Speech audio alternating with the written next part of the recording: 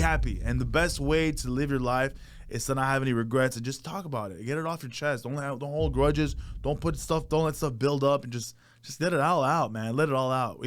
Whether it's staying out into the like on the top of a mountain, just screaming out your problems, or going on stage, just let all those demons out of you, bro. Just be happy. This is the True Hustle Podcast with your host, JR. This is the True Hustle Podcast with your host, JR. What's up, my brother? What's up, man?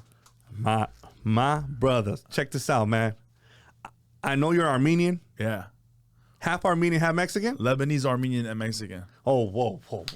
Yeah. Damn. Okay, so I want to know what goes behind, like how does the Armenian Mexican household, like who determines what to eat for dinner? Like what are those traditions of like both cultures? I grew up Mexican.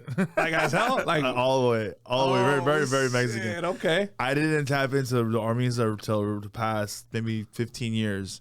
When I was little, my parents were always working, so my grandmother raised me, and my grandmother was the Mexican one. She took care of me. She taught me Vix Vaporu, the Catholic. You are Mexican, dog. Catholic church, praying. I mean, I remember one time I had a fever, and she didn't give me Tylenol. She put tomatoes on my feet. So, like, that was hardcore Mexican. Like, I grew up in Mexico City. Dog, if they put tomatoes on your feet, you're pretty Mexican, said, dog. are we making ketchup or what? But las pinches papitas, ¿o qué pedo? Yeah, so, and then, because I never, it's not that I want to tap into Armenian culture, is that they weren't around. My family was in Lebanon or in Armenia, so they didn't come over till recently, till the past 20 years. Okay. So now I've been now talking to cousins and I have uncles, and I'm like, you guys want me presents? I haven't seen you 20 years, guys. But yeah, that's what it is. So I grew up very, very. Also, too, my parents. They opened a Mexican restaurant, so we were like, remember in Selena, in the movie Selena? Yes. Gringos love Mexican food. Literally, that's what happened. So my parents opened a Mexican restaurant, and we ate Mexican food almost all the time. Who's the Armenian? Your dad or your mom? It's always, if this combination ever exists, the dad's always Armenian. It's never the other way around. Okay. I've rarely met the other way around. It's always, the dad is. The guy is like smashing Latinas. Yeah. That's facts. Well, I mean, So I mean, you never heard of an Armenian girl like all bougie, like, oh, I want Pedro. Like you never heard of that. Oh shit, that's funny. But yeah. So your pops embraced the Mexican culture then. Oh, my dad actually had he still says this story till today. He even says it in Spanish. My dad speaks 7 languages. My dad speaks Spanish fluent. I grew up thought my dad was Mexican. Like he spoke perfect Spanish, and he says, cuando llegué a este país, vi un anuncio en el aeropuerto, dijo, si tú no hablas español, regresa a tu país. So he learned Spanish. He learned Spanish from books, watching novelas, and he spoke to us in Spanish growing up. It wasn't until like 3rd grade, my dad goes, you're Armenian too, Lebanese Armenian. And I go, ¿qué? I'm like, ¿qué es eso? It sounds delicious. So then he put me in a private Armenian school. He took me out. I was like 7, 8 years old, put me into a private Armenian school. And that's when I learned about my other side of my culture. Okay. When you're little, man, you just play, bro. You don't know what you are. You don't figure out till you're later. Like you didn't know. Did you know you were not white till like, 10? Well, I don't know. Shit, I kind of figured I wasn't white because all the Mexican food we ate. And I was speaking, my first language is Spanish. Is it really? Yeah. Okay. So I'm first generation, so my parents are straight hop the border type, no way, no way. So it's like, I kind of like, dude, I come from like home cooked meals and all that shit. Like we didn't eat McDonald's. Yeah. We fucking ate Pollo Loco once a month. Yeah. You know what I mean? Shit. Dude, I remember, this is how, I don't know if this is a Mexican thing. My mom was like, there's plenty of food in the refrigerator. I said, that's super Mexican. And it was tortilla and mayonnaise. That's it. Like for us, I wanted to be cool and like order pizza and shit. Yeah. Like when my friends were over. Ni madre. Nada, huh? Nah. My dad was like, that's just expensive. There's fucking food. Yeah. And we always had food. Yeah. We had home cooked meals like 6 days out of the week. See, I wish I had home cooked meals, bro. We were always at the restaurant. I thought my dad was the chef at the restaurant. His name is Roberto. I'm like, Roberto, No tengo way. hambre. Oh shit! Like it was yeah. like, but also having a restaurant, I learned how to work right away. So like as a kid, I was already cleaning tables. I was working at the club. Oh, so you were typical raised Latino, like, hey, nah, ni madres. You're gonna be in here working. You want to go to practice? No, you gotta no practice. Yeah, practica eso. Even when I was older, I was like, Dad, I want to go to college. He goes, you want college? College is right here. Like, what the hell? What is this? But yeah. So when you started going to the Armenian, you said you went to private school. Private school, Armenian, So- all full blown Armenian. Oh, I was so I was the only half Mexican kid there. and how old were you? I was like in 4th grade. So all your life, you Mexican food, restaurant, Restaurant. everything. Speaking Spanish. Puro español, Yeah. que ni madres, puras Yeah. pinches tortillas con pinche mayonesa. Yep. And then you go into this. And I played soccer every day, so I was dark as hell. Oh, that's it. I looked like Pele. I was dark, man. So then, how was it going into having this on a daily to going into like your Armenian roots? It was out of nowhere because it was life changing, bro. Like literally, like it went from like as soon as I got there, I was getting bullied by the Armenian kids. Calling me every name in the book. They call me Beaner.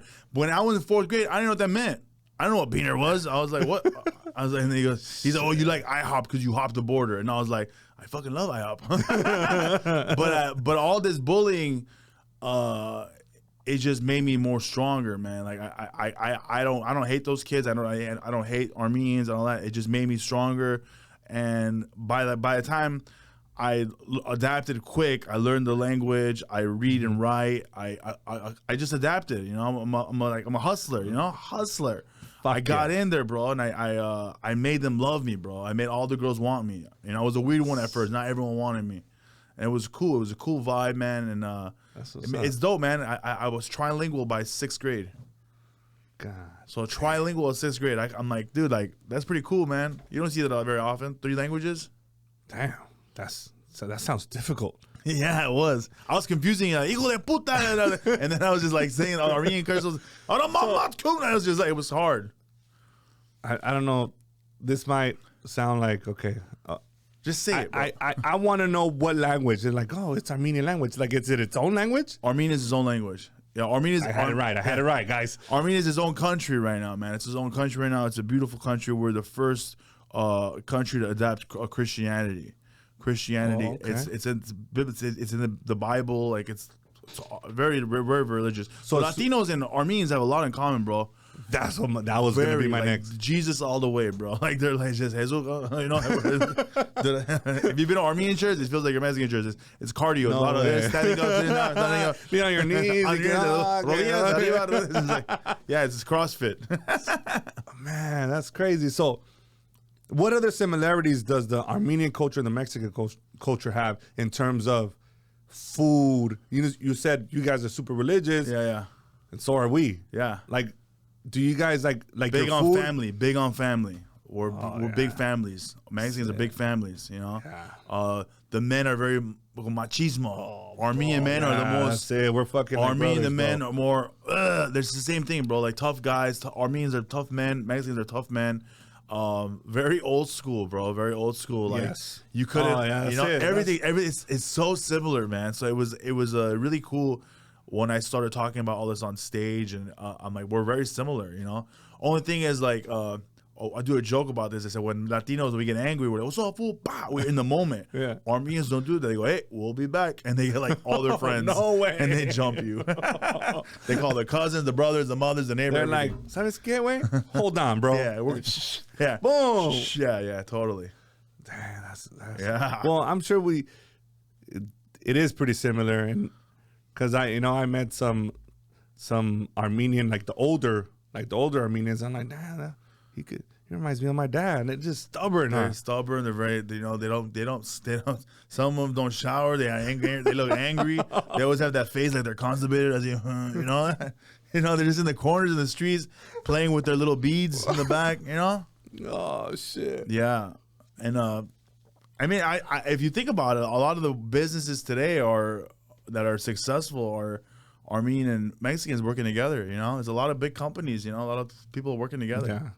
I think we have that entrepreneurship. Yeah, like, we're old entrepreneur ways. Because, you know, we come to this country to be like, Work hard. to try to, you know, open our own businesses and do this and do that. So, yeah, I agree with that. 100%. So, you're in this Armenian school. Did you discover your talent from being funny there? Or did it something that was developed? Or how did comedy come into your life? So comedy came into, so my parents, that Mexican restaurant that they opened, they turned it into a comedy club. Like in 93, 94. The HaHa Comedy Club in North Hollywood. Toluca Lake. I've been there. My parents own it. Oh, shit, that's own that dope. comedy club, yeah. So it became a comedy club by accident. It wasn't even supposed to be a comedy club. It was a Mexican restaurant where they did karaoke on the weekends. So my dad had a stage, a microphone, the whole thing. Two famous black comedians, Buddy Lewis and Kim Whitley, came to the club one day for lunch. And they saw the stage and the microphone. And they go to my dad, "Oh, excuse me, do you guys do comedy here?" And my dad, without skipping a beat, "Yeah, we do comedy." So he started a comedy night, and it became one of the most popular nights in the Valley. This is around the time where Guy Torrey was doing Fat Tuesdays at the Comedy Store. They have a documentary on Amazon Prime called Fat Tuesdays. We had Whacked Out Wednesdays. It was run by Buddy Lewis and Kim Whitley. We've had people like Steve Harvey, Dave Chappelle, Cat Williams, legendary. Eddie Murphy would go. Shaquille O'Neal went. And I saw all these guys coming up. That started, and then that was a Wednesday night. Then we did Latino nights.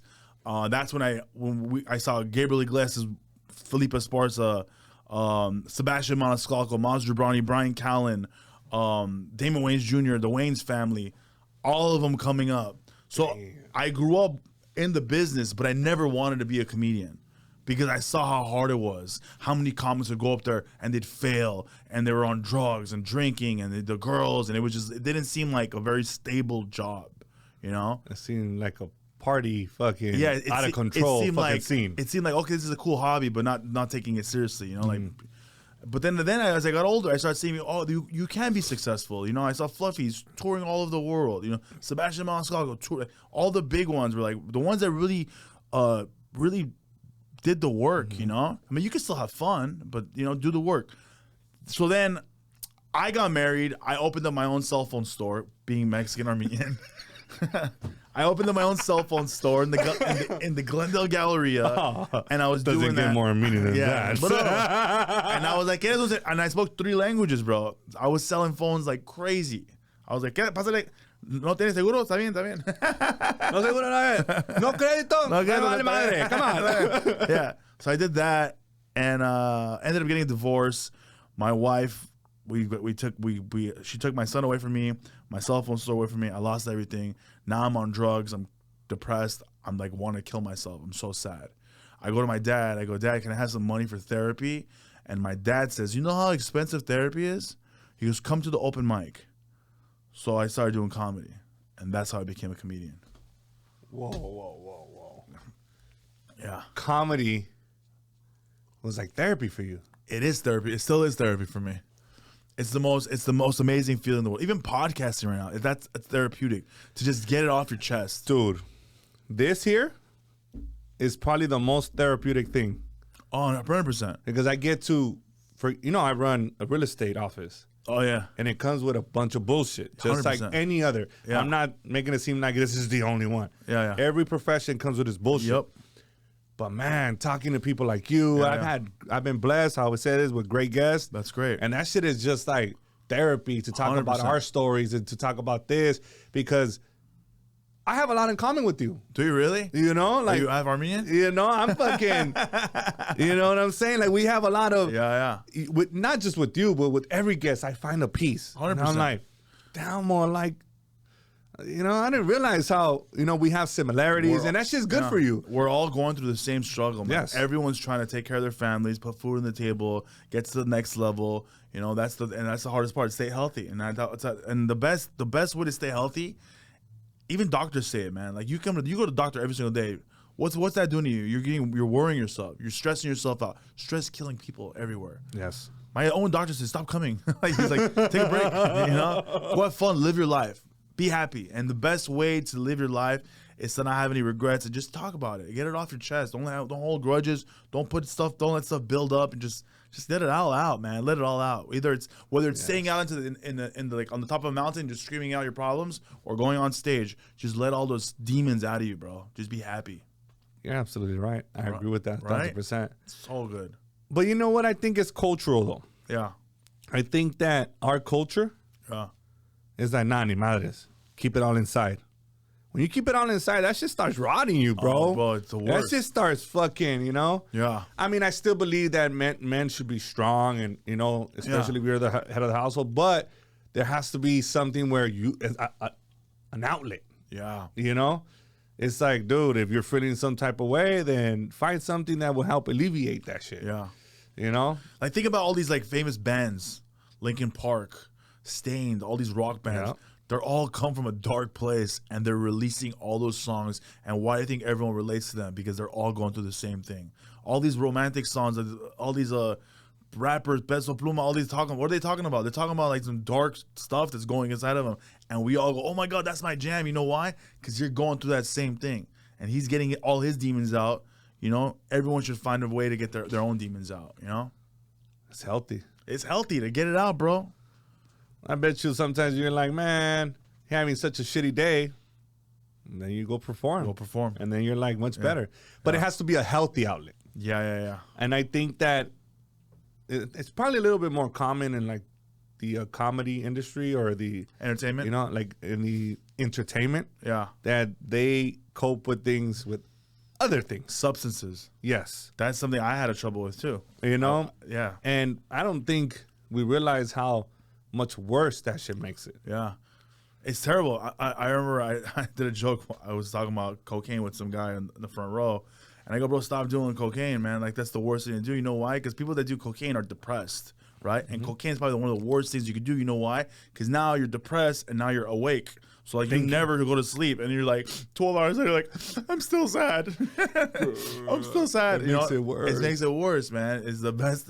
Substance abuse it's so bad, man. Alcohol, drugs, everything. I mean, I'm not perfect. I still drink, but I'm not like what I used to be, like downing bottles a night. You know, I'll have a few.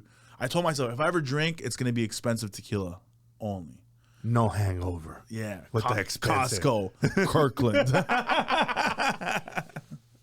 So do you ever look back and say, damn, I had to go through this tough situation or tough breakup to get myself in the position that I'm at now? Yeah. Like, I think at the time, you're probably like, why, God, why is this happening to me? But essentially, it was really happening for you. Yeah. Do you ever look back and be like, what if she wouldn't have broken up with me? I know, it would have been miserable at Modesto right now. With her. But she lives now. Oh, yeah, man. shit. I feel like whenever it's going bad, it's because you need to go through this to get to where you're going. And I thank her right now. I call my baby mom. I go, thank you. I go, if it wasn't for you, I would have never done stand up. And she was like, stupid, give me some more money. Yeah. Oh, shit. Yeah, I married a Latina for my first one. Oh, And then my dad, after we got divorced, he's like, now try Armenian. I go, they're too expensive. I was gonna say, yeah, Armenian chicks be rolling with Louis I Vuitton, know. fucking those. What are those heels called? The one with the red soles. Red The red bottom, bottoms. red Hey, bottoms. duh. You know, so I'm like, yeah, I don't know. Yeah. It's too expensive. It's too expensive, yeah. You know. That's why I got an Asian. There you go. Discount. So you mentioned something earlier that in the entertainment industry, there's a lot of substances, alcohol, and all that. Yeah. Even sex, bro. Yeah, I'm sure. There's a lot of sex addiction. I think they're all intertwined in some way, some Yeah. weird fucking way, right? Yeah. What separates a average comic to a superstar comic like Gabriel Iglesias, you know, Dave Chappelle, all those big names? Like, what do you think is that common denominator that makes them excel? It's how much work you put into your craft. How serious are you to the game? I dedicated my life to stand-up comedy, to not only stand-up comedy, just being creative, writing, just all, and taking care of my mental health and being a good person, a good father, because I think that all revolves around you. Surrounding yourself, putting yourself in the best possible situation to get to your goal. There's a lot of people that are average comics that are just doing this as part-time. They're doing it to get girls. They're doing it to get away from their wives, to drink, to go out party at night. But then there's people like Fluffy, Sebastian, like they had a plan and they stuck to it. They built a good team around them, and then now they're superstars. I feel like everyone can be a superstar, but it really comes from with you and building that team around you. And that's it. That's honestly, I think anyone is capable of being the most famous person in the world, but it's not gonna happen overnight. Sometimes it does. A TikTok star will blow up in a year, right? But then those guys usually disappear after a while. Yeah. Because you know why? They didn't put that work in, and you need to go through the bad stuff to get to the good, you know? And I think you said like for example, a TikTok star blowing up. That method is unsustainable when everything else behind it, everything else in terms of the foundation, isn't solid. You could go viral. Yeah. But are you going to be able to sustain it? Yeah. Are you going to be able to grow from it? Yeah. And 9 times out of 10, I don't think so, because it came so easy. Yeah. There was no fucking going through bullshit left and right. Yeah. Which I think essentially it makes you appreciate it a little bit more. 100%. And it makes it more valuable. Yeah. I think. Right now, I didn't start popping off till 15 years later. I've been doing stand-up comedy for 15 years, all right? When I just signed with the big agency in Hollywood, and when I went into the meeting, I said, they go, what do you want? I said, actually, I've been preparing for this for 15 years. I said, I already wrote 3 scripts. I have a movie, a cartoon. I have this, I have that. And I can shoot 2 comedy specials right now. I have the time. And they're like, wow. I go, yeah, I've been waiting for this opportunity for 15 years. So now they're excited. I'm excited. Now I have a team built around me. Now I know that it's only going to get amazing right now. So these new guys, they blow up on TikTok. They have 40 million followers, whatever, for example. Now they go to these meetings like, what do you have? Oh, I don't have an hour yet. Like they can't tour doing comedy. They just, they don't have these, they're not ready, you know? And I that's okay. People find their own path. But I'm saying like, if you haven't made it as a comic and you're stressing out and you're like, how come this guy did it so fast? Don't worry about it. Everyone has a different path, but we're all going the same way. Yeah. That's it. Just stick to it and just be positive and don't be a hater. That's the worst thing you can be. A hater is cancer, dude. It's so bad. You know? Comparison steals your joy. So do not compare yourself to the next man or the next woman. Everybody's on their own journey. You're fucking right. Yeah, 1,000% 100%. correct. You know? And I just think that's when shit starts fucking formulating in your brain. When you start comparing yourself to that individual. Yeah. And now you're self-sabotaging your own success. Yep. So it's like, stop it.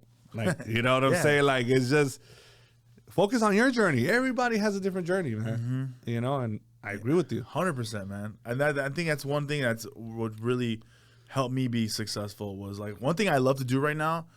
I like to teach. I like to help the young comics come up. That's dope. I literally love it. Like if so many comics message me, I don't want to name a bunch of people, but so many comics message me on a day-to-day basis. Hey man, what do you think about this? What do you think about that? Where should I go? And my wife gets mad at me sometimes. She's like, dude, you're always working. I said, this is what I do. I work, I help, I teach, we grow together. And that's it. I love seeing my friends win. I've seen so many comics come up right now. I'm so proud of all of them. They're killing it. They're killing it. And I love seeing it on my social media. You know, I like their posts, and then my algorithm is my friends. I like seeing that. That's fucking There's dope. some people that won't like your post, and like they're your friend. Like, you know how easy it is to like a post just because they don't want to see your page. Because when you like a post, it becomes your algorithm, and then your videos are gonna keep popping up. Yeah. So I know a lot of comics. I'm not gonna put their names, but they won't like your own friends, your circle, right? They won't even like your post because they don't want to see you win. That's ugly. I want to see all my friends win every morning when I'm drinking my coffee. Boom, boom, boom, boom. Yes, let's go. Let's go. Let's work. You know? And I still don't understand that. Yeah. of why people do that or have that type of behavior. Yeah. But I just think it's all internal. It's really not about you. It's about them. Yeah. It's about how they, because I have a couple that don't like any of our stuff. And I'm like, I think our stuff is pretty dope. It's pretty dope, man. I like your page. I'm like, dude, this is pretty dope. I'm like, motherfucker, you're not liking it? Yeah. It doesn't cost anything to like, comment, or share on, especially a friend of yours. Like the most people that are trying to see me win right now are like strangers, and I don't even call them strangers no more. I call them not even fans. I call them friends. Everyone that follows me, if you DM me, I will take the time. It might take a day, a couple days, but I go through all my DMs eventually, and I always respond. Even the crazy ones, I respond to those. I get threats all the time. I get threats all the time, and I always write, Jesus loves you. And they're Muslim. I didn't understand, I wanted our page to grow, and I wanted, growth, and I wanted this, but I don't think people understand that with that type of growth comes a bunch of bullshit. Yeah. Bro, there's so many bad comments, some negative. I'm just like, and then some of the DMs, I'm just like, damn, bro, you took the time to write that. Yeah. What the fuck is going on with your life? Yeah. And then I'm just like, but just I get threats in Armenian. oh, They whoa. comment in the Armenian font. So they took the time to download that keyboard to write it in Armenian, and then I took the time to copy paste and Google Translate because I can't read that. But I'm saying like it's a really ugly world out there, bro. And we only have this one life to live, man. It's so much better to see people win and be happy than just to be like, I feel sorry for those people. Yeah. I feel sorry for them, man. I feel sorry for them, and I wish they find peace and happiness. I always try not to let it, consume me or nothing like that. But some of them you just be like, damn, what dude. the fuck does that even mean? Yeah. Like, what the fuck does this guy even? Yeah. It's irrelevant to the post. Like, Yeah, I hate the ones that have like no posts and they comment. bro, I'm I like, did. bro, how can you? I want to see what you look like at least. I responded to that to somebody that said, I don't know, I think it was on my real estate page where I post nothing but content, and he says something, and I'm like, well, unblock your page. He's like, oh, so you could try to talk shit to me? I was like, I'm just trying to defend myself. Like, motherfucker, you talking shit to me, Yeah, and I just want to talk shit back. yeah. Isn't that fair? That is fair. He's like, nah, fuck you. And I'm like, all right, Yeah. this is not fair. You can't talk shit and then expect people not Yeah. to talk shit back. But and you that can't was even, just- and you can't even delete the comments too because it messes your algorithm up, and you're letting less views. So you have to leave those dirty ones up there. Oh, it's just crazy, man. It's crazy. I used to like if the comment was like crazy, and then you know how they block, like, oh, you can't mention them or you can't Oh, respond yeah, to it. yeah. Then I'm like, okay, that's some bullshit. Yeah, you yeah, can't talk shit, dog. Yeah. So then, at the beginning I was like, I'm gonna delete it. But now I was like, yeah. no, because it's gonna fuck up the algorithm. So now I leave them. But it's like, You can't defend yourself. like, bro, like you cannot talk shit and then be all sheltered. Yeah. Like- You know that person does this to everyone then. Yeah. Yeah. And then some of them are fake accounts. But at the end of the day, we can't focus on that negative. Yeah. Because how many positive ones you get? There's so many positive ones. Yeah, and sometimes we bypass all Yeah. the good stuff and then just focus on that. You know what little I started doing? I started appreciating those DMs. I screenshot them and I post them in my stories and I add them to the front of my page, like fan mail. Oh, I loved your dope. show last night. My I was going through a hard time. My dad's in the hospital. You really lifted me up. Thank you so much. I was in the hospital. I hurt my leg and I watched all your videos.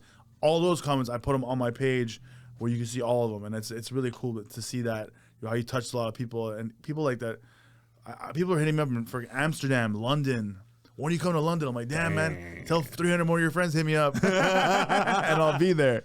Like, I'm good in LA right now, but it's like I want to go to London, that'd be fucking Amsterdam, Sweden. I want to go all over there. I just think that comedy is universal, right? It heals the soul. It does, man. I love comedy. I just love it. It's just, who doesn't like to laugh? Right? How fucking therapeutic is a good laugh when you are dealing with bullshit? Yeah. So it's like, man, you guys deserve all the praise in the world, bro. Thank you, man. Thank you. Shit, man. So when you started your career, it was after, of course, the My breakup divorce, and stuff yeah. like that. You just grabbed the mic and went up there? Explain, how does that? I want that process. I want to understand the process of that. So I was at the club. I go, Dad, I need money for therapy. And he goes, go on stage, go cry on stage. So I went to the open mic and I just got up there and I was like, oh, my wife just left me. I lost my business. I lost my son. I don't know what I'm gonna do. And that's all I was doing. That's it. And then just doing that, just saying that felt great. And then I went back the next day for open mic, and then the next day, and the next day. And then that was it. I just kept doing it over and over, and then the jokes just finally came, you know? Like, it just started. I wrote my first joke. It was like, I'm half Armenian, half Mexican. I'll sell you a cell phone, but I'll steal it right afterwards. That was the first joke I wrote. Yeah, so it became that, like little quick jokes to longer stories to now where I do like a whole hour show, you know? It was crazy. I went from like, I remember it took me like 5 minutes. I don't know, 5 minutes. It took me like a year, almost 2 years to come up with 5 minutes. It was crazy. Now I can write 5 minutes in a couple days. So Dang. It's like, it's crazy, man. It's like, it's a strong muscle. It's been now. If you come to my comedy shows, I never repeat myself. I'm very quick. I'm very witty. If you see my crowd work clips, I post a new clip every single day. It's a new crowd work moment. I'm very good at improv in the moment comedy. So my show's always different, you know. I also do have my jokes that I do, like when I do my tour, with all the local stuff. It's me trying to figure stuff out, trying to grow. Like right now, I'm working on a new bit with my son. My son has homeless symptoms. My 19-year-old son, he has homeless symptoms. Like he doesn't have a job. He just sits at home all day. He smells like shit. You know, he's always asking me for money. That's homeless. But it's a new joke I've been working on.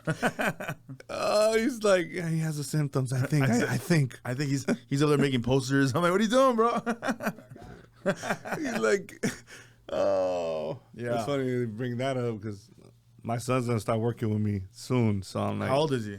He's gonna be 21. Oh man, see, still no college? No, he's not going to college. He has his job, but he's a fighter. He does UFC? MMA and like stuff like that. So damn. Came to me, I'm like, all right, so let's come up with a plan. We don't want you with the homeless symptoms. Yeah. So let's come up with a plan. You know what I mean? Yeah, like, man. He's a great kid. So I'm just happy that we could do this together. That's you good. Know what I mean? That's what I'm trying to do right now with my son. I'm trying to take it on the road with me. That's dope. Learn editing, learn camera, learn something. You know, like I said, I literally have a cameraman. I have an editor. I have a driver. I have all these people that I'm on the road. They all have a job. I said, you could take these jobs. Take it from them. But he doesn't have that drive. And it's because of his mother. His mother still babies him. And that's what mothers... I mean, if I can say this right now for the camera, for the mothers watching. Mothers, let dads do their job. You know why? Because we're not making lazy kids. We're trying to raise husbands. We want our boys to be good husbands for their wives. And when you women baby your kids, you're not helping them. You're really hurting them. Right? Bars. I just think that the father figure is crucial. Very crucial. You know?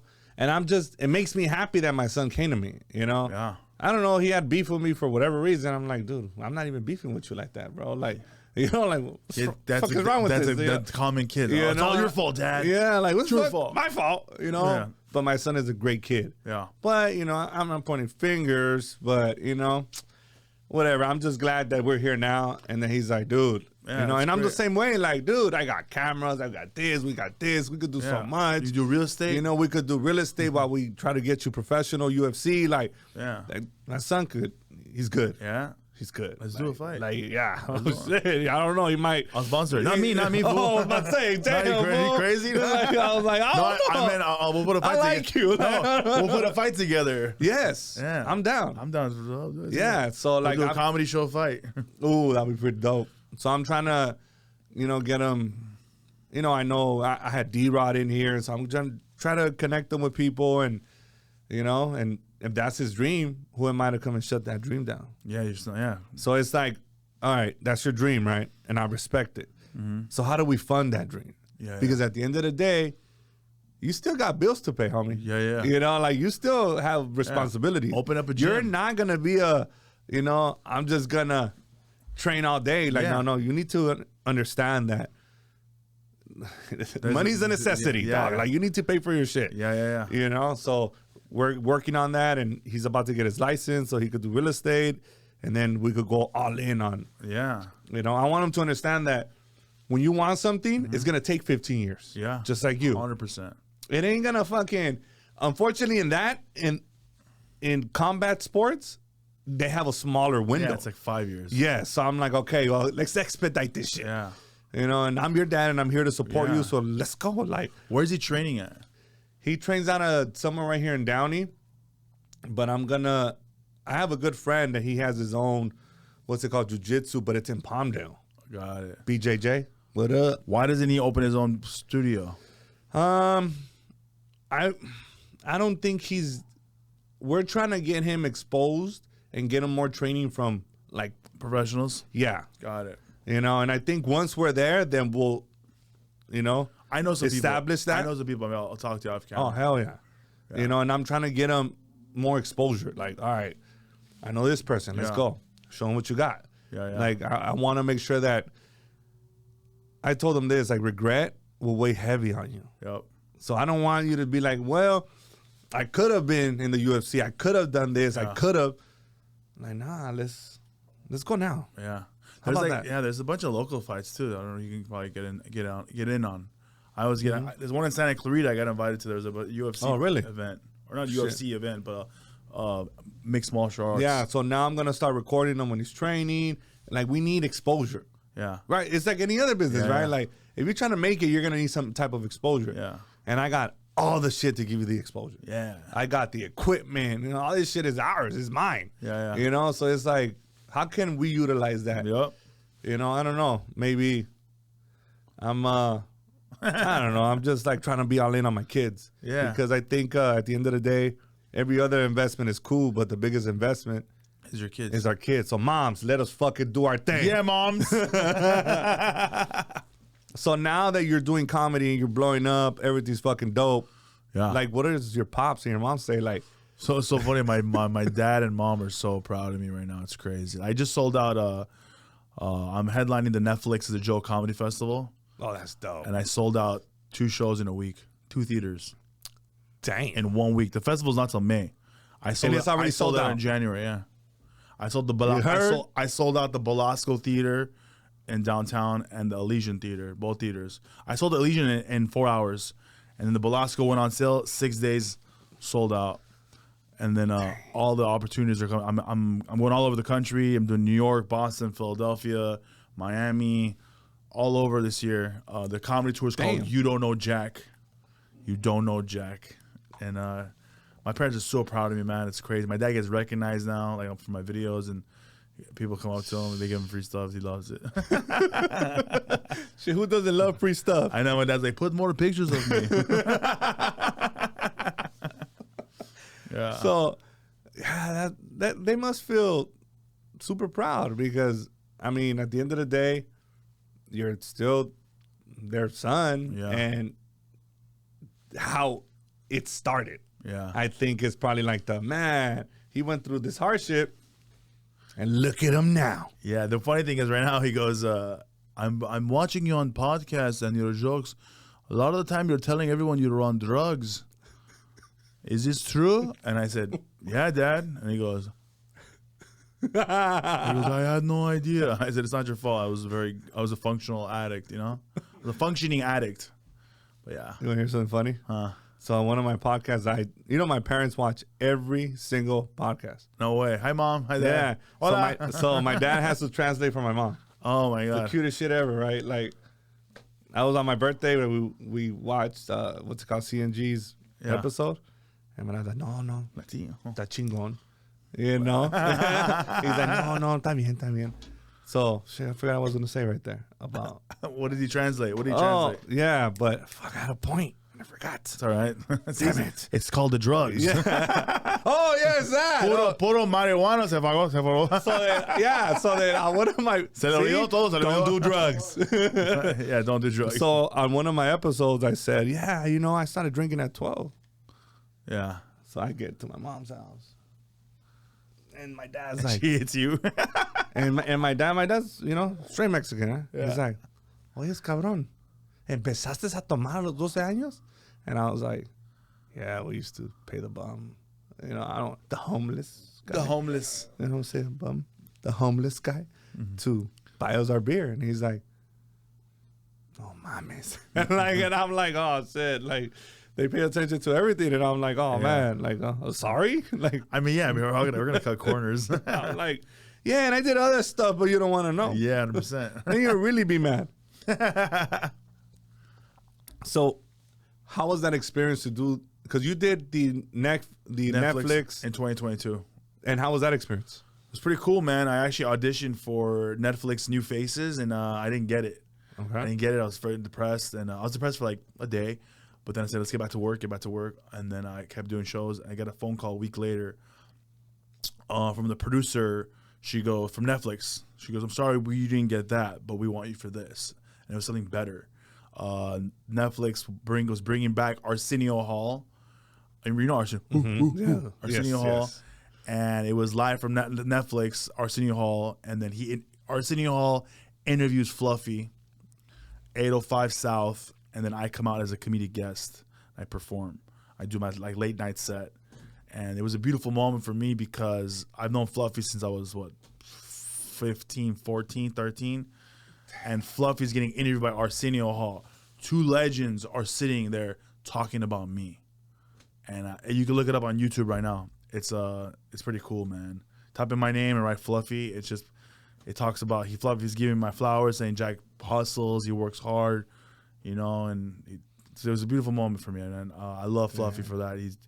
And Arsenio Hall, same thing, man. They're mentors, and I look up to them very much. They'd had amazing careers, and if I can get half of that career, it would be an honor, Damn, that's fucking dope. Yeah. Growing up and seeing all these big ass names right now, right? Like Fluffy, like you've seen them since you were 15 because of the HaHa Club. Like, how do you feel now that you've seen the majority of all these big names? Yeah. Like you. Joe We're Coy, there. all of them, man. I was literally there. And now when I see them, they remember, like, even the other day I was headlining the Hollywood Improv, and I'm in the green room, and the manager comes in. She goes, Joe Coy wants to do your show. I said, sure. I said, of course. Let him go up before me. It's fine. So then I go, does he know it's my show? And she goes, no. I said, tell him it's Jack Jr.'s show. So then she goes and tells Joe Coy in the hallway, and I run over there, and I'm like peeking, and he's like, Jack Jr.? Jack Jr.? Jack Jr.? And I go, yo. He's like, oh my God, it's you? You sold this out? He had no idea I was like selling out shows. He hugged me. He's like, I'm so proud of you. Oh my God, I've known you he's telling his friend, I've known Jack since he was a kid. And look at him. And then he went on stage and said the same thing. I've known Jack since he was, oh my God, I feel so old. And it was it's pretty cool, man, seeing all these guys. That's like fucking sick. All these guys. These guys are all legends, man. And it just, I was literally a fly in the room as a kid watching them work their craft, and now they're huge stars.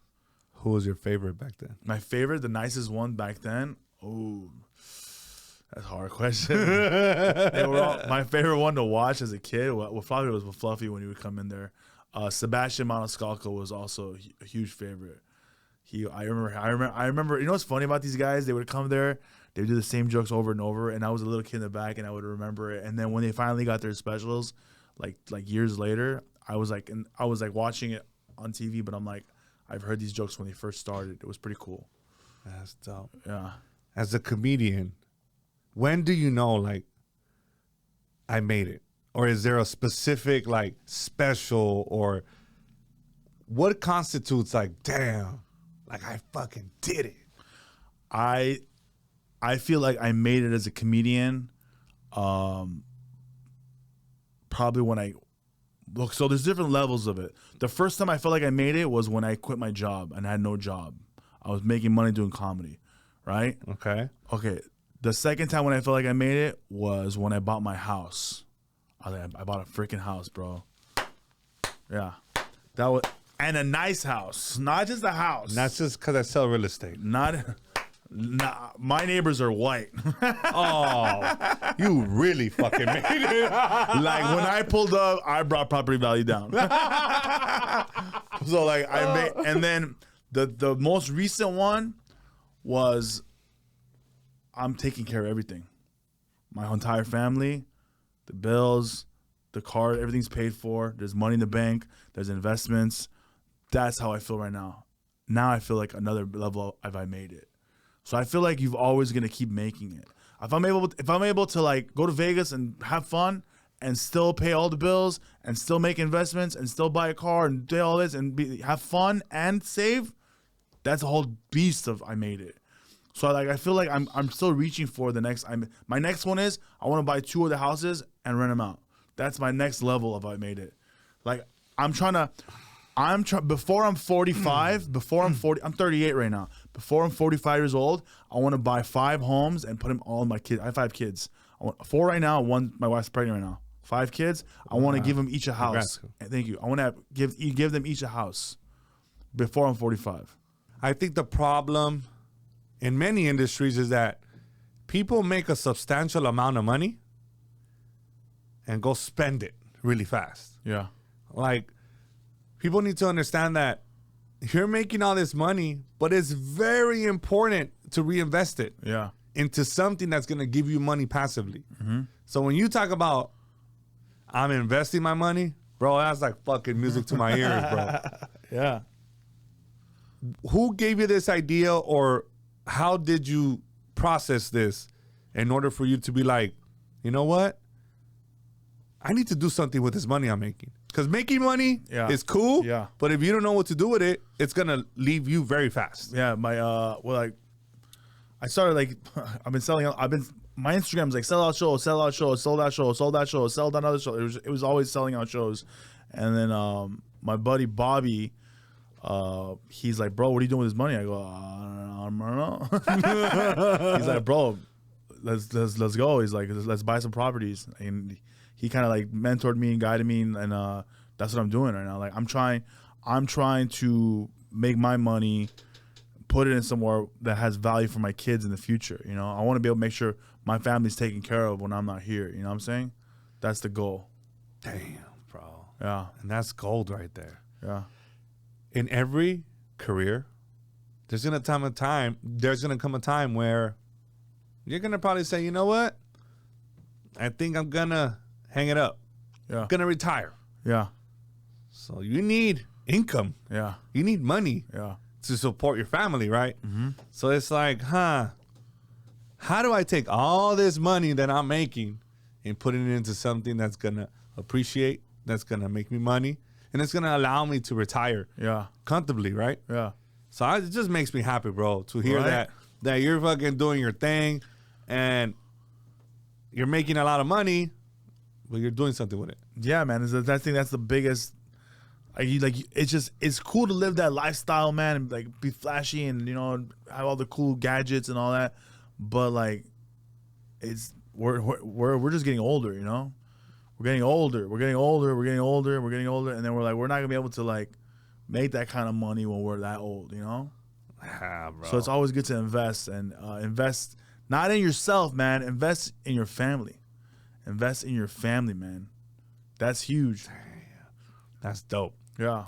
Well, our family is our biggest investment. 100%. You know, and having them secure, or knowing that, shit, we're gonna be good. Yeah, we're good. You know, we're gonna be good no matter what. Yeah. I'm young. Let me continue making this money. Yeah. And once I make this money, let me reinvest it. Let me hustle. True hustle, baby. Work. And be smart with it. And later on, you'll be like, damn, I did all that. Yeah. Sometimes I look at things like that. I'm like, fuck. Because I bought my first building, I was 17 years ago. There you go. go. I was just like, damn, I did that. You bought a building, bro. Yeah. You bought a building. You know? Some people can't buy a car. You bought a building, bro. But I was frugal. I did everything that I was supposed to do. I'm not a flashy dude. So frugal means cheap, fool. Yeah, it means a fingy codo, you know, but not that bad. Not that bad. You know what I mean? But you have to do, man. You gotta make sacrifices, bro, so you can enjoy the bigger picture in the future. You know. Absolutely, bro, and it just makes me happy, man. Yeah. Continue making money. Continue reinvesting it, dog. Yeah. You know what? It's funny. I was talking to my son about hustling because my son has a tattoo on his wrist that says hustler. Oh, and yeah. And I said, "Do you know what a hustler is?" And he goes, "Yeah." You know, and I'm like, "You don't know what a hustler is." I said, "If you were a hustler, it's tattooed on you, like you would hustle. I'm a hustler. I'm always working. I'm always grinding. You know, I know you're not a hustler because you saw Griselda right when it came out. You finished the whole season.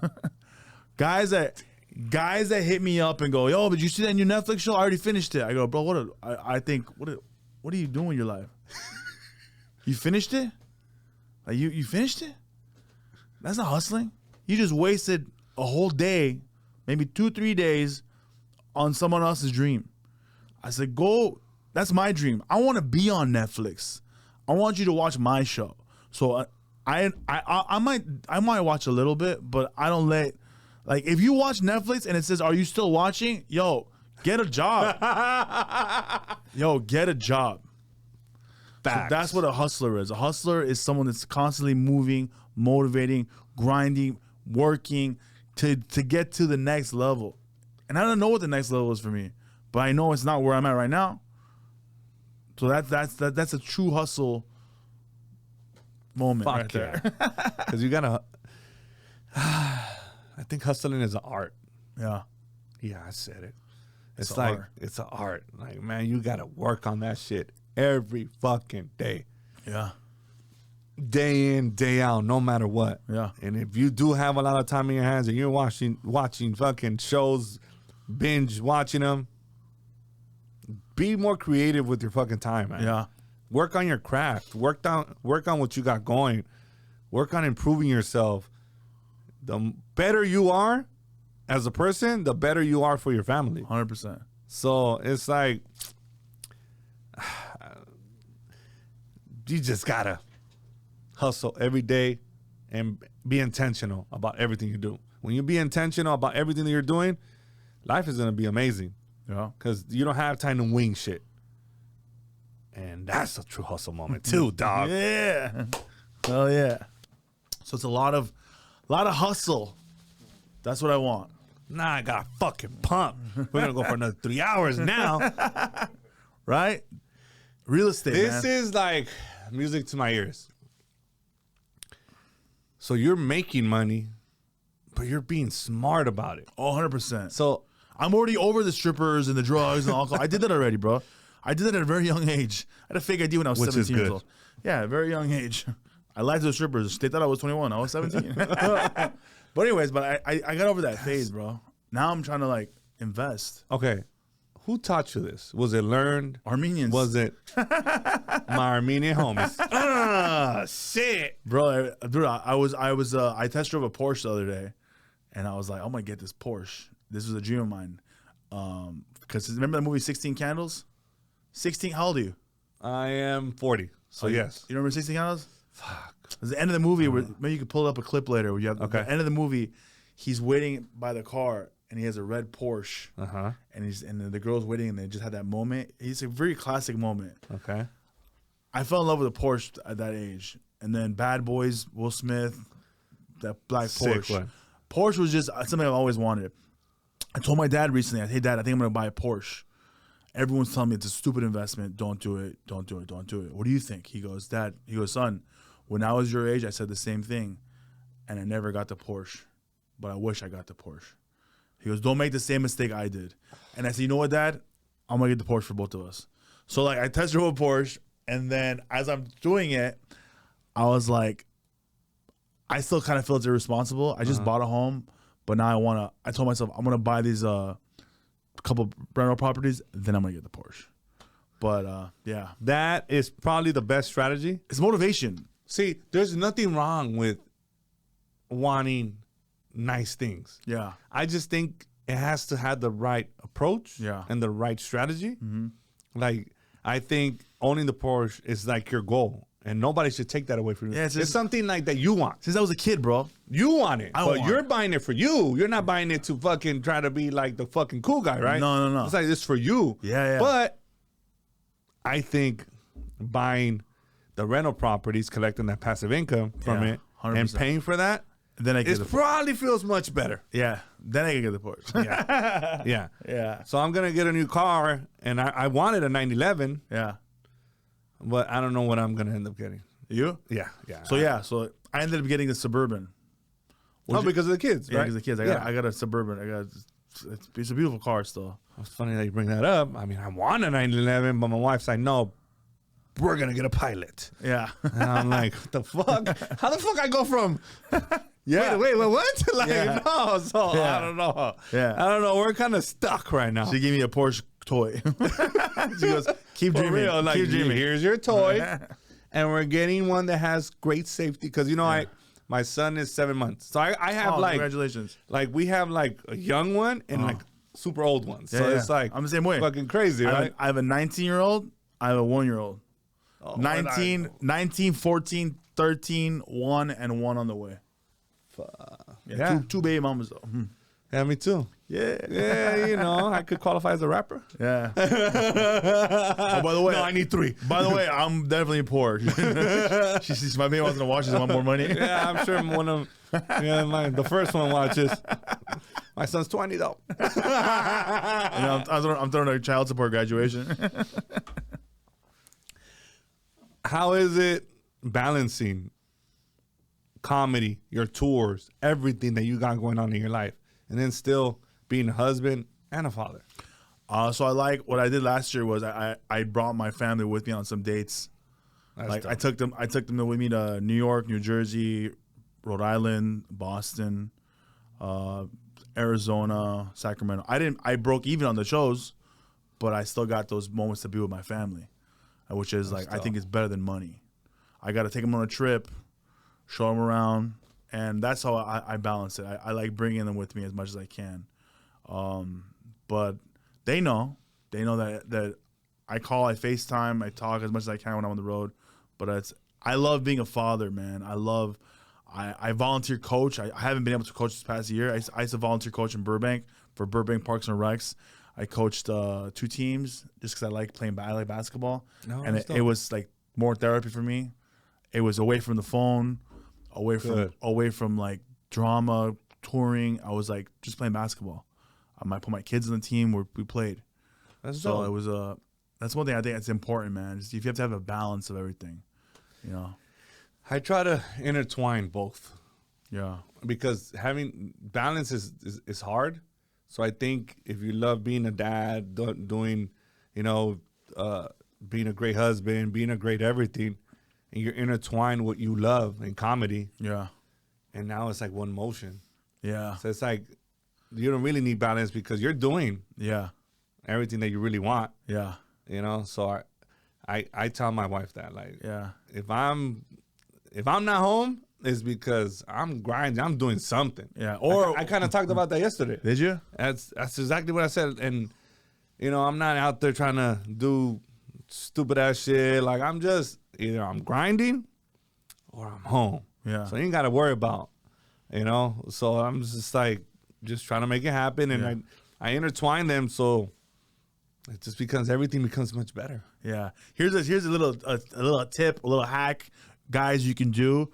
Put your kids or your wife on your phone.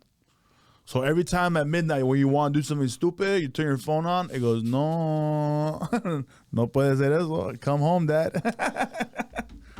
See? Bro. Yeah. That's the best thing you can do. Oh no. That's the baby. best way. Yeah. That's the best way. Like you're like, oh, let's go to the bar. Oh, I gotta go home.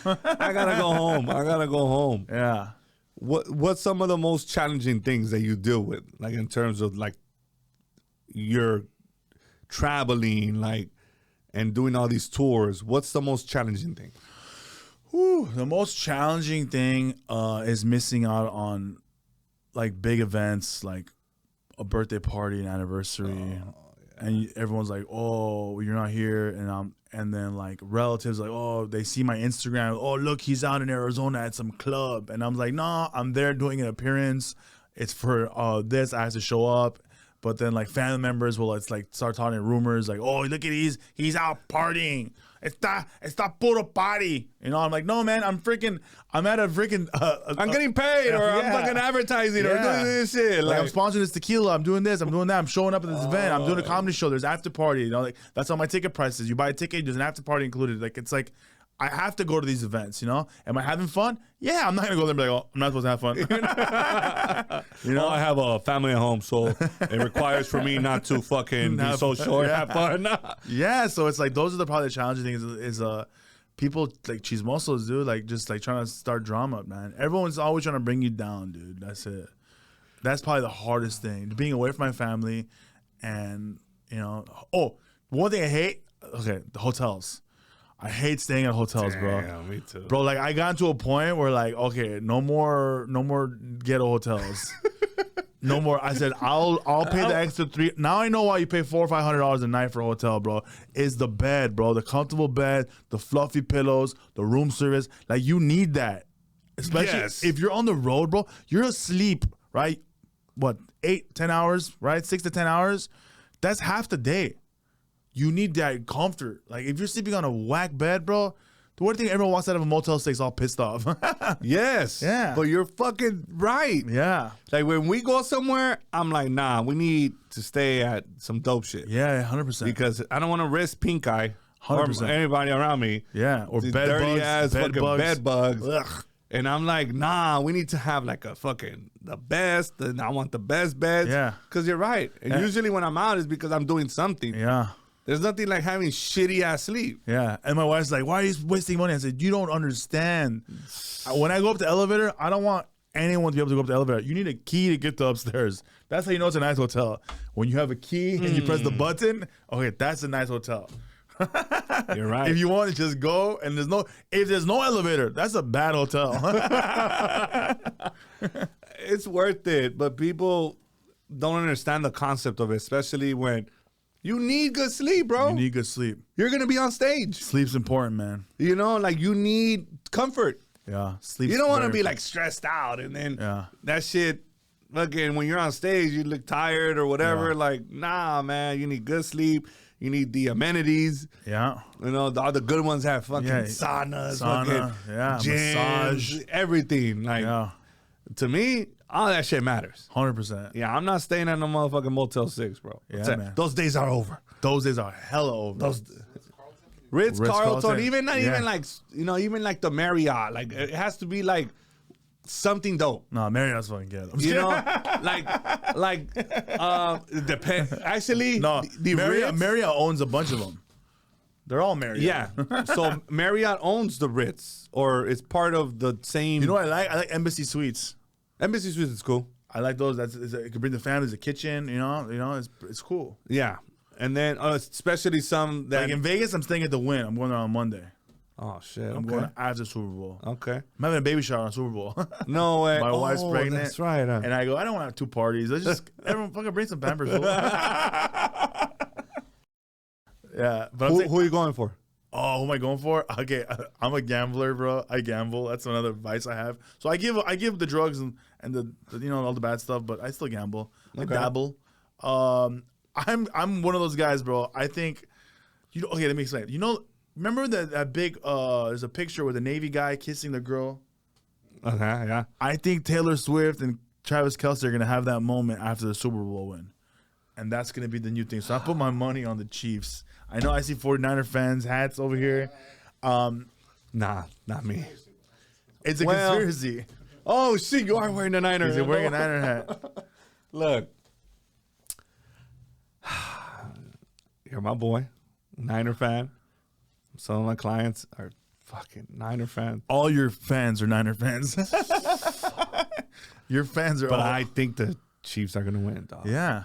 I even bet that Taylor Swift's gonna come out at the Usher concert. I bet that. Way. I think they're gonna win because of Taylor Swift, or Yeah. because they're the better team. No, they're gonna win because of Taylor Swift. It's just it's Conspiracy. better for Yeah. it's better for ratings, bro. I just think that I think Purdy's. He'll win it next year. I don't think he's gonna win it this year. I think you brought up a great point, and I think It's all about business, bro. views and for just overall business, the Chiefs and then them and Kelsey and her having a moment Bro, it's crazy. is a thing.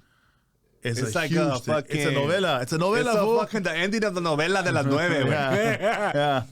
You It is, know? bro. Mr. Pfizer and Taylor Swift and Usher in the Super Bowl. That means a lot. And I just think Mahomes he's gonna be the next Brady. Oh yeah, he's so talented. This man. is gonna be his third. He's young, bro. I mean, shit, look at him. He's not. I think no, it's not, homie. I See think, that? I think the The Chiefs. part is I agree with you guys, but I'm a Niner fan, so I gotta hold on to my. Why are you a Niner fan Yes. though? Was it like gang related? Who said, "Oh, was it just because?" Oh, just because. I like Because the, LA I like didn't have the a team colors. at the time. I like the colors. It Red looks- compliments my skin. Yeah, No, you remember that song "Lady in Red"? Fool? That was about the Niners. why are you a Niner fan? I grew up a Niner fan because my cousins, my brothers, they're older than me, and they grew up watching like Jerry Rice, Steve Young. So my first football. So did I. My first football game that I remember watching was a Niners Cowboys game. Oh, okay. Playoffs. Yeah. And just seeing all my cousin and my family excited. So then I was like, oh, that's my team. And That's just norteños. That's just norteños versus sureños. For real. You just blue and red. He's like, that was a. the Niners sucked for 10 years, but I was still a fan. And then like in 2012, 13, they got good again. And, Yeah. You know, it's like, well, now it's my time to fucking get proud. Yeah. You know what? I never really liked football like that. I never got. Because you're selling houses, fool. Yeah, I fucking selling houses, and then I was raised super fucking paisa. What? Boom. Yeah, paisa. This is America. This is a soccer team. Amer- So I like America. I So like you're Central American. no, Okay. no, Isn't the rumor? America's all Central Americans like America. no way. Yeah, No. isn't it? No. Isn't Nah. is it I'm Mexican? like, no. Mexican is like Pumas. No. Well, Chivas. you're Chivas? Fuck. Yeah. Chivas is Mexican, He's right? double whammy. He's a Niners fan and a Chivas fan. And Fuck. and Fan of the Cowboys. you're really gonna come with. I'm an America fan, Laker fan. You say you like basketball. Who's your team, bro? Look, so this is the thing. I have no loyalty to nobody because I'm a gambler. My loyalty is the spread. Damn, at least you kept it 100. Yeah, I don't. Yeah, Dude, you say you're a gambler. I can't gamble for shit. bro, me neither. I can't. It gives me too much like, But the fuck, 'cause but I I'm hate not, losing. I'm not putting like my house on the. I'm putting like a few dollars, bro. But that's the only way I can watch a game. Like when I see Really? guys like you goes, oh, that's my team. I go, well, bet on them. He goes, nah, fool. Like, I bet on I bet the 49ers first half. They're gonna win the first half. Chiefs are gonna win the game. I bet those bets. That's just because, huh? Parlay. No. Separate. I just think that's gonna happen. Well, I think that's pretty accurate. Though. Yeah, I think they're gonna be 49ers down are gonna come out and fucking 14-7. swing. Yeah. Imagine 14-7 first I think- half I think- Niners, and then fucking it's gonna be like There's gonna be a lot of- there's gonna be a lot of- 28-21. It's gonna be a lot of field goals. I think a lot of field goals. What would you do if that's the exact score? 28-21. Bro, I'm gonna make the bet right now. It's not. Shit. What I heard is like, well, from what we've been seeing is the Chiefs haven't been able to score more than 20 points in the playoffs. So the Niners have a great defense. Yeah, but they have a guy named I think it's Mahomes. I think it'll go over 40 points. Over 40 points. I think it'll over 40 points. But I think it's all Probably, gonna happen in the first half. Second half is gonna be a lot of nothing. Listen, but you know what's like, crazy do you- about this? You know what's crazy about this? We don't know shit. It's all just us talking. Yeah. But if it happens, I I'll be don't know a pissed. fucking thing. Especially me, I don't know shit about football, but I know that experience matters. Yeah. Sexually. What? Even that. Experience matters in everything. That's why I like sucias, Now, dude. you know all of them. Experience matters. Give me a sucia. You know what I'm saying? Mahomes has the experience. Yeah. And I don't know, dog. I Bro. hope your Niners win. Bro. And Taylor Swift. I have no money on the game, but my boy will lose Like it. you too, like I'm not like I was big in sports, but since I started doing comedy, like all sports and anything that doesn't. I'm gonna buy you a Kansas City hat. It's a beret too. It's an easy transition. It's an easy transition. And they're playing in Vegas too, bro. So you know what's crazy? If you think about it, look. I think this is another theory I have. They're in Vegas. They've been in Vegas already. They've been practicing in Vegas. They're in Vegas, right? Which team is more disciplined? I think the Chiefs are more disciplined. Why? Mahomes, married, he's a wife, kids. He has to go home every night. Kelsey's got a girlfriend. He can't go nowhere because everyone's watching. Is Taylor Swift. The 49ers, puro sucios, dude. Purdy's out there clubbing every night right now. He's chilling. They're getting lit. You know what? That's a great point. Hey, bro, you better tap in with your team, dog. They're partying. Some motherfuckers are going to show up with fucking pink eye. 100%. Because of the strip club. They're getting the bed bugs. Like the bed bugs, bro. It's like, nah. Also, the conspiracy. There's somebody. There's gonna be a bunch of 49er fans in the comments. We gotta post this ASAP. For real. It'll be funny to see the Niners win, just so that everybody, like you guys, everybody who's believing the script and this is like. You know what? But what happens when you go against the script? You always lose. You know what? Fuck it. If they win, they win. I'll be happy because Cisco's a fucking big ass Niner fan. You're a Niner fan. I have a couple other friends. Yeah. I'm happy whoever wins. They're like big ass Niner fans. Like, damn. Like you got tattoo. That's Niner fucking fan? straight dedicated, Yeah. homie. Like, you know what I mean? The tattooed fans are hardcore. Yeah, I'm not like that. Yeah. So your tour. Yeah. Talk to us about your tour, dog. Let everybody know where they can buy the tickets, where they can do their thing. Guys, my tour is starting at Irvine Improv February 21st, and then it ends in Florida. I'm going all over the country. I'm even adding Canada. I'm going to Montreal, Toronto, Edmonton, Vancouver. We're adding Sydney, Australia. We're adding hopefully Lebanon and Armenia. Hopefully stuff gets peaceful over there. But I'm going all over.